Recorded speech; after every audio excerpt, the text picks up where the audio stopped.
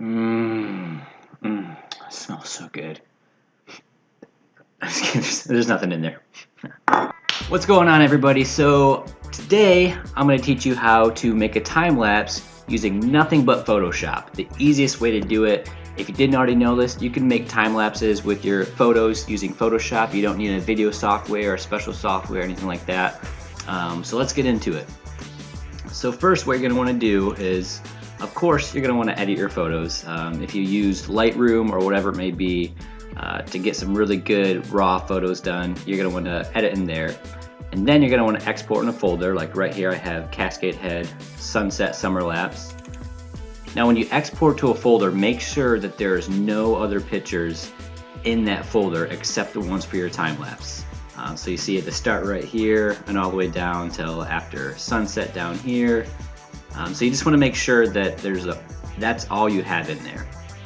Alright, so once you know that that's all you have in there and the photos exported correctly and they look good, you're going to want to open up Photoshop and just regularly open up your photos. So you'll go in here, you'll find that folder with all your time-lapse pictures, and you're going to want to click on the very first picture, and then from there you'll go down here to image sequence and click that, and that's all you do. Then you just click open up. From here you can adjust your frame rate. I stay with 29.97. It just seems to work for me best. But it's up to you. You can pick whatever you want. Click OK.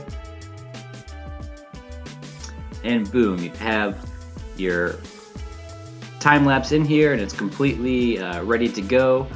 From there, you're going to go up to File and then Export. And you're going to see down here, Render Video. Click Render Video. Depending on how fast your computer is, this might take a minute or two to load up, but it shouldn't be too long. Make sure that you have the folder that you want it to be exported to, so I have mine in videos. And then I'm just going to rename this to Cascade Head Time Lapse as an MP4. Make sure that all frames are selected. I use the H.264 encoder. High quality, and I have a custom frame size right here, and make sure it's still matching at the 29.97 FPS. From there I just click render, and then bear with your computer because it's definitely going to take a few minutes. So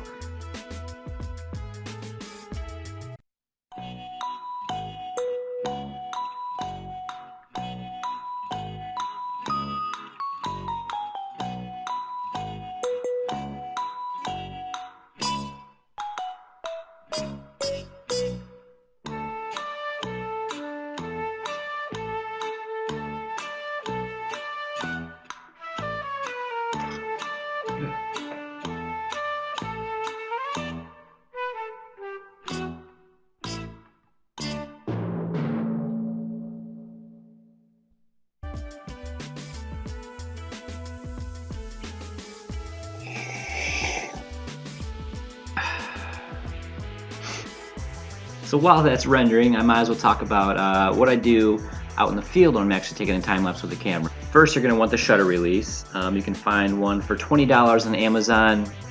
You don't need anything special, just a basic one.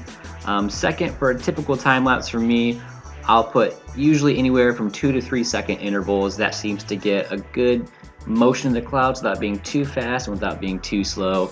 Depending on the type of weather you have, even 1 second could work, but I stick usually with 2.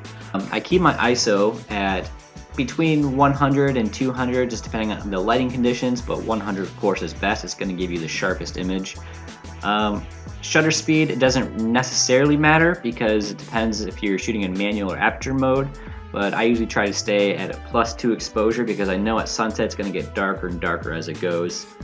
And then of course for my aperture, I like to stay around between 7.1 and 8. Again, it just depends on the scene or what I'm trying to shoot. But that ensures that everything's in focus and that I don't get too much flicker with the lighting. And then from there is just let the camera do its thing. Usually I'll do anywhere between 250 and 600 photos per time lapse. It just depends again on what I'm shooting. That usually takes anywhere from 15 to 20 minutes of shoot time, and that gives you a good range of the sunset. Alright, and there we have it. So let's go on over to our folders and check the output file, go into videos, and here we go, Cascade Head time lapse. Let's go ahead and check it out.